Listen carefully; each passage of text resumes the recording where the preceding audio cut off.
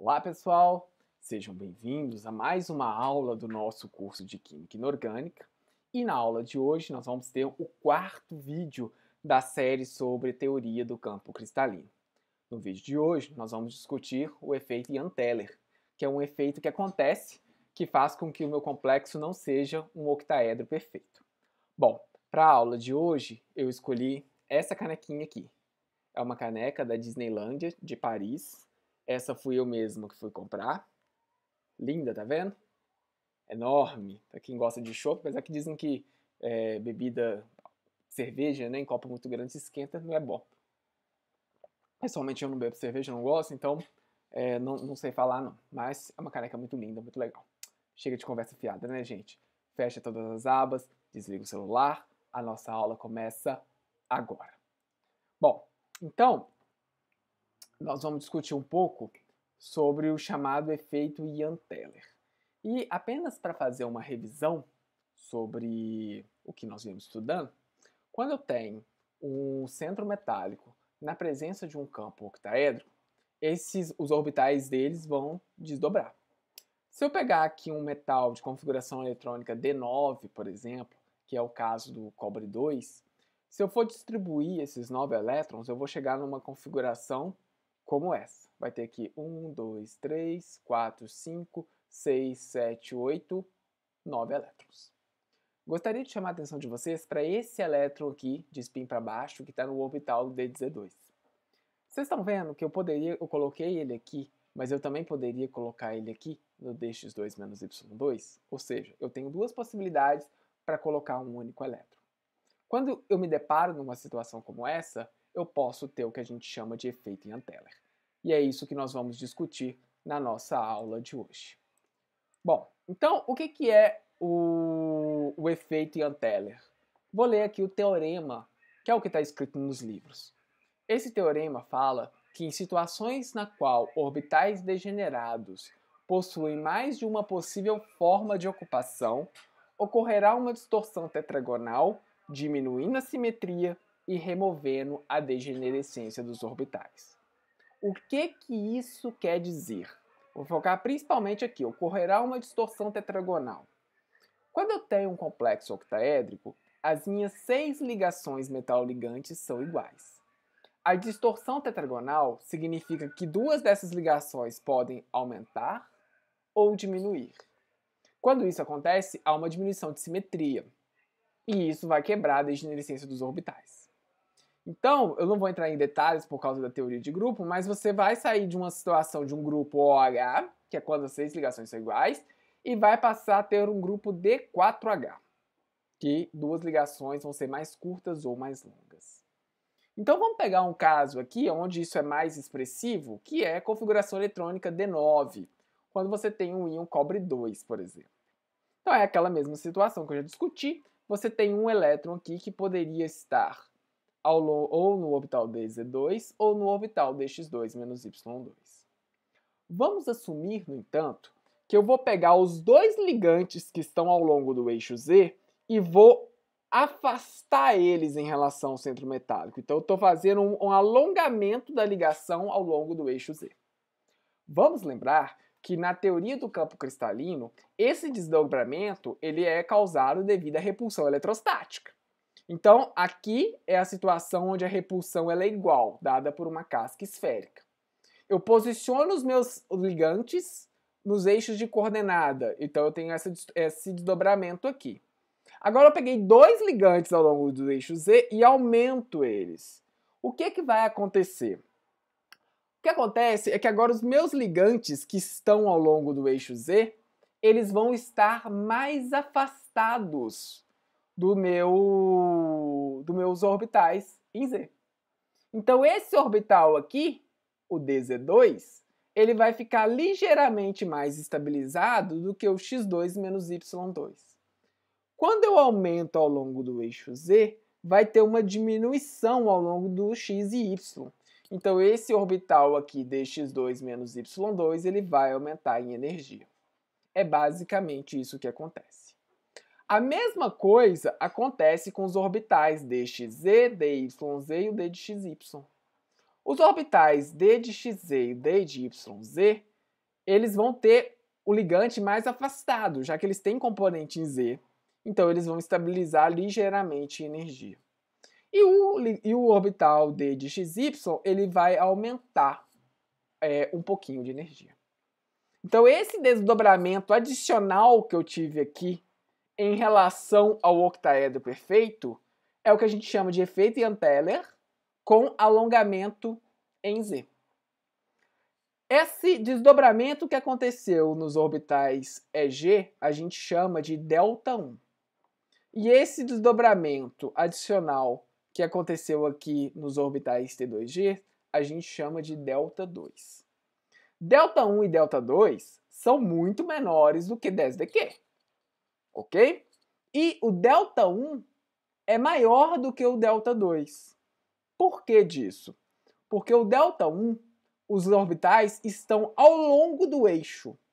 Então, quando eu afasto os meus ligantes, eu estou afastando eles mais dos orbitais. Já os orbitais DXZ, DYZ, eles não estão ao longo do eixo, eles estão na bissetriz do eixo. Por isso que ele estabiliza menos energia. Em consequência, o D de XY, ele desestabiliza menos também. Ok? Então agora, os orbitais que eu tenho vai ser assim. Como é que eu faço a distribuição dos 9? 1, 2, 3. Por que eu não emparelho primeiro? Porque aqui é muito pequeno, não vai emparelhar. Então vai ser 1, 2, 3, 4, 5, 6, 7, 8. Agora, onde que eu vou colocar o nono elétron? Sem considerar a distorção, eu poderia colocar no orbital de DZ2 ou D de x2 menos y2. Eu tinha as duas possibilidades. Com o alongamento ao longo do eixo Z, o que vai acontecer? Ele vai ficar aqui no DZ2, com certeza. Tudo bem? Basicamente é isso que acontece. Bom, eu posso calcular o quanto de estabilização que vai acontecer quando eu tiver esse desdobramento. Porque olha só, a mesma ideia, o baricentro aqui se conserva. Então, cada orbital desse aqui, ó, ele estabiliza de 1/3 de delta-2. E esse aqui desestabiliza de 2/3 de delta-2, de modo que o somatório vai dar igual. Já esse aqui é mais fácil de ver, um estabiliza de meio de delta-1 e o outro desestabiliza de meio de delta-1. Então, como esses aqui estão todos ocupados, tudo que é estabilizado vai ser desestabilizado, então não vai mudar nada. Mas aqui, ó, eu tenho dois estabilizando de meio de delta-2 e um desestabilizando de meio de delta-2. Então, um desse corta com um desse, eu tenho uma estabilização de meio de delta-2. Então, a energia de estabilização do campo cristalino vai ser essa energia aqui, de menos 6dQs, menos o meio de delta-1, devido ao desdobramento do campo cristalino. Deu para entender qual que é a ideia? Isso acontece quando eu tenho um alongamento ao longo da minha ligação em Z. O que acontece se eu tiver uma compressão ao longo do eixo Z? Bom, se eu comprimir os ligantes ao longo do eixo Z, vai inverter a distribuição. Cada orbital que tiver um componente em Z vai ser desestabilizado, enquanto que quem não tem componente em Z vai ser estabilizado. Então, o desenho é parecidíssimo. Agora, o D de XY abaixa em energia e o D de XZ e o D de YZ aumentam em energia. Essa diferença continua sendo chamada de delta-2. De modo que esse aqui estabilizou vou até anotar para ficar mais claro. Não tem um próximo slide sobre isso, mas vamos anotar. Esse aqui estabiliza de menos 2/3.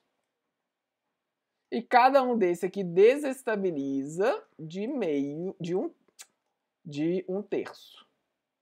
Então são dois aqui, 4/3. Aqui são 4/3 também. Esse aqui estabiliza de meio e esse aqui desestabiliza de meio. Ok? Então, agora, novamente, se eu vou fazer a distribuição eletrônica, vai ficar como? 1, 2, 3, 4, 5, 6, 7, 8. Aonde vai o nono elétron? Quando era tudo igual, podia ir tanto para o DZ2 quanto para o DX2 menos Y2. Agora, certamente ele vai para o DX2 menos Y2. Quando você calcula a energia de estabilização do campo cristalino, você também chega de menos 6dQ menos meio de ΔI. Vocês poderiam me perguntar, mas não é a mesma energia de estabilização do campo cristalino do caso anterior? É, de fato é. Tá, então como é que eu vou saber se é uma contração ou se é um alongamento? Do ponto de vista de estrutura eletrônica, para esse caso D9, não tem como você saber. Pode acontecer as duas coisas e do ponto de vista eletrônico, a energia é a mesma. O que acontece é que quando você provoca uma compressão, os efeitos espaciais entre os ligantes vão ficar mais acentuados. Então, a maior parte das vezes, o que vai acontecer é você ter um alongamento ao longo do eixo Z. Mas pode acontecer compressão também. E para esse caso, D9, você não consegue prever. Nós vamos ver daqui a pouco alguns casos onde eu consigo prever. Nesse caso aqui, eu não consigo prever. Então vamos resumir a história toda. Aqui, mais à esquerda, eu tenho uma configuração esférica. Quando eu desdobro, coloco meus ligantes num octaedro, eu vou ter o desdobramento em T2G, que são esses orbitais aqui, e EG, que são esses orbitais aqui. Se eu fizer uma contração ao longo do eixo Z, quem não tem componente em Z, abaixa em energia. E quem tem componente em Z, aumenta em energia. Se eu fizer um alongamento em Z, inverte. Quem tem componente em Z, abaixa em energia. Quem não tem componente em Z, aumenta em energia. Bom, o baricentro se mantém. Então, aqui em cima, abaixa de meio de ΔI e sobe de meio de ΔI. Aqui embaixo, o orbital que fica sozinho, ou ele aumenta ou ele diminui de 2/3. E os outros dois aqui, ou aumenta ou diminui de 1/3. Tudo bem? Você que vai escolher qual que vai ser a... Você que vai ter que ver qual que vai ser a forma lá de ter a estabilização. Tranquilo? Bom, alguns casos é possível prever se é alongamento ou compressão. Por exemplo, vamos supor que eu tenho apenas um elétron, configuração eletrônica D1, no caso do titânio. Tá aqui. Oh, desculpa, esse elétron aqui tá errado, tá, gente? Saiu aqui, era para ter apagado. Eu não percebi. Então, deixa eu cortar ele aqui, ó. Desculpa, ignora isso aqui, tá? Então, eu tenho um elétron. Quando eu desdobro em um octaedro, esse um elétron vem aqui, para um orbital T2G, certo? E se eu fizer um alongamento ao longo do eixo Z? Bom, se eu fizer alongamento ao longo do eixo Z, quem tem componente em Z abaixa em energia. Então aqui o D de XZ abaixa, o D de YZ abaixa, o D de XY aumenta. O DZ2 abaixa, o DX2 menos Y2 diminui. Então, aqui, esse elétron ele está abaixando de 1/3 de ΔI. Certo? Qual seria a energia de estabilização? A energia de estabilização seria isso aqui, né? Menos 4dQ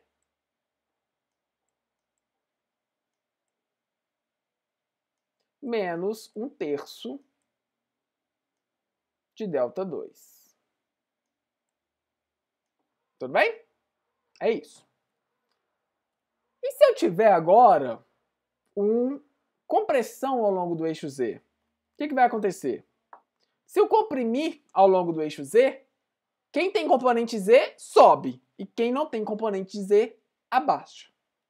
Então, resultado, esse aqui agora está baixando de menos 2/3 de ΔH. Então, olha só, na primeira situação, ele estava baixando de 1/3 só de ΔH. Agora, ele está abaixando de 2/3 de ΔH. Então, nessa situação, eu consigo prever o efeito em Anteller. O efeito favorecido vai ser um efeito de contração. Via de regra, quando o efeito em Anteller envolve os orbitais T2G, eu consigo prever o efeito, se é contração ou se é alongamento. Já se ele envolver os orbitais dz2 e dx2 menos y2, eu não consigo prever, porque aí os dois efeitos vão ser muito semelhantes e vai abaixar de meio de ΔH. Aqui tem diferença. Um caso abaixou de 2/3, outro caso está abaixando de 2/3. Perdão, um caso abaixou de 1/3, outro caso está abaixando de 2/3. Aí faz diferença. Ok? Mas isso será que isso é verdade ou será que isso pode ser mentirinha? Na verdade, gente, olha só. Se vocês analisarem aqui, ó, esse é aquele espectro que eu mostrei para vocês, que é usado para a gente calcular o valor de 10dQ. Se vocês analisarem ele direitinho, vocês vão ver que ele não é simétrico, bonitinho, não. Ele tem um ombro nessa região aqui, ó. Um gráfico perfeitinho seria uma gaussiana, né? Seria simétrico. Aqui não, aqui tem um ombro. Porque, na verdade, o que está acontecendo? Na verdade, não é uma transição só entre um orbital T2G para um orbital EG. Na verdade, aqui é a soma de 3 transições. É o que está aparecendo nesse gráfico ali. Então, isso aqui, ó, é uma contribuição dessas 3 componentes. Por isso que sai esse gráfico tortinho aqui, ele não sai simétrico, bonitinho. O efeito em Anteller, quando ele acontece aqui, deixa eu só voltar. Quando ele acontece aqui nos orbitais T2G, ele é muito pouco pronunciado. Às vezes ele é tão pequeno que você não vai conseguir nem observar experimentalmente. Pode estar dentro do erro do seu experimento. O efeito em Anteller ele é mais significativo quando ele está aqui. Mas por quê? Porque aqui nos T2Gs, os orbitais não apontam na direção dos eixos. Então o efeito que o orbital sofre é muito pequeno, por isso que ΔH é menor. Já aqui nos orbitais EG, os orbitais apontam na direção do meu ligante e o efeito vai ser significativamente maior. Então tá aqui, ó. Quando só tem um elétron, quando tem 2 elétrons, o efeito em Anteller é pequeno. Por quê? Porque está acontecendo dentro do orbital T2G. Se tiver 3 elétrons, não tem efeito em Anteller. Por quê? Vamos voltar. Se eu tenho 3 elétrons, gente, olha só. Vou pegar uma caneta. Se eu tiver 3 elétrons aqui, ó,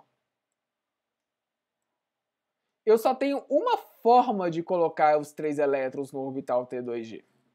E o efeito em Anteller ele acontece quando eu tenho mais de uma forma possível. Então aqui não tem efeito em Anteller, certo? Se tiver 4 elétrons, se for de spin alto, o efeito em Anteller é forte. Por que é forte? Porque o 4º elétron está lá no orbital EG, sozinho. Agora, se for de spin baixo, ele é fraco. Porque eu tenho várias possibilidades de colocar ele, mas vão ser nos orbitais T2G. 5 elétrons em spin alto não tem efeito em Anteller. Por quê? Porque os 5 orbitais vão estar com elétrons. Se for spin baixo, o efeito em Anteller é fraco. Então tá aqui, 6 elétrons em spin baixo não tem efeito em Anteller, tá todo mundo ocupado. Se for spin alto, eu tenho um efeito em Anteller fraco. Por quê? Porque o elétron vai estar no orbital T2G. Então, como para casa, eu gostaria que vocês fizessem os diagramas para cada um desses orbitais, para cada um desses configurações eletrônicas e verificassem o efeito em Anteller, se ele é forte ou se ele é fraco. Ele vai ser forte se ele acontecer nos orbitais EG. Ele vai ser fraco se eles acontecerem nos orbitais T2G. Se só tiver uma forma de eu colocar os meus elétrons, não existe efeito Ian Teller, ok? Então, onde aparece muito efeito Ian Teller? Cromo 2 de spin alto, manganês 3 de spin alto, cobre 2, níquel 3, cobalto 2 de spin baixo. São as situações onde você vai ter degenerescência lá no orbital EG. Então, para nós fazermos aqui agora. No complexo hexacianido cromo 2, você esperaria que as 6 ligações cromo-carbono tenham o mesmo comprimento de ligação? Caso não seja, né, seria possível prever se a ligação seria mais curta ou mais longa? E para o complexo hexafluorido cromo 2? Pausa aí e vai fazer o para casa.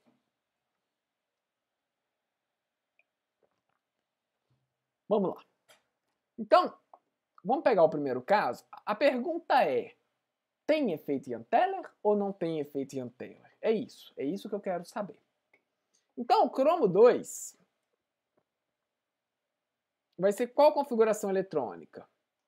Cromo 2 vai ser D4. Certo? Então, D4, vou ter aqui os 5 orbitais Ds, que vão se desdobrar, vai formar T2G, e vai formar o EG. Primeira coisa que eu preciso saber é como que fica a distribuição eletrônica, nesse caso aqui. D4,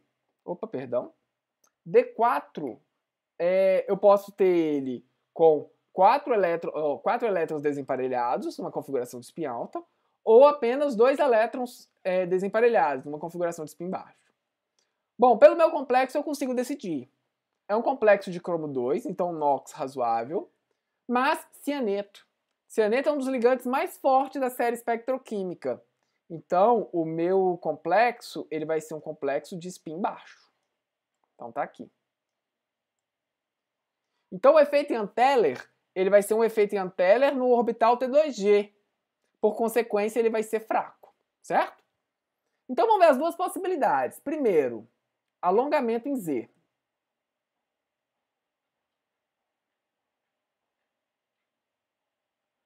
O que vai acontecer? Bom, se é alongamento em Z, todo mundo que é em Z abaixa em energia. E quem não tem Z, aumenta em energia. Então aqui vai ser o D de XZ, D de YZ.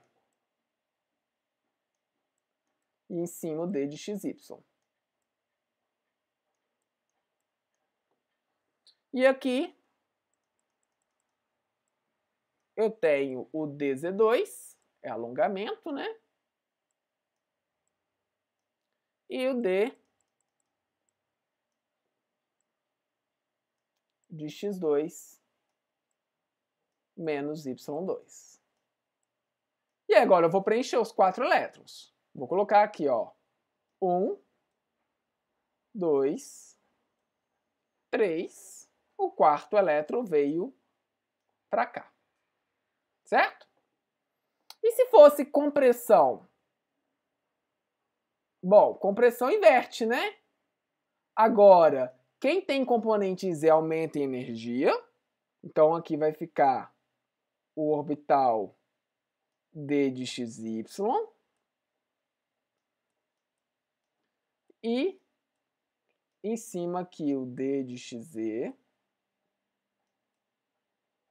e o D de YZ. Embaixo vai ficar o D de X2 menos Y2. E aqui o D de Z2. É esse efeito que a gente tem, certo? Então agora como é que eu vou colocar os meus elétrons? Vai ficar 1, 2, 3, 4. Como que eu vou decidir agora se é compressão ou se é alongamento? Se for alongamento, a estabilização se dá por causa desse elétron a mais aqui, né? Já que esse aqui, ó, e esse aqui, quando somados, vão cancelar com esse aqui. Lembra que cada um que está baixando aqui está baixando de 1/3. E cada um que está subindo aqui está subindo de 2/3. Então aqui 2 cancela com esse, está sobrando 1/3. Nesse caso aqui, cada um que está baixando de 2/3. Cada um que está subindo de 1/3. Então 2 aqui vai cancelar com 1 e está sobrando 1 aqui que está baixando de 2/3. Se você está com dúvida, faz a conta usando os números todos aqui para vocês verem como que isso vai dar. Moral da história, a configuração de compressão, nesse caso, ela é favorecida. Ok? E para o complexo de hexafluorido cromo 2, como ficaria? Bom, agora, deixa eu pegar a borracha aqui, porque eu não vou apagar tudo, vou manter aqui os orbitais, mas eu quero apagar isso aqui.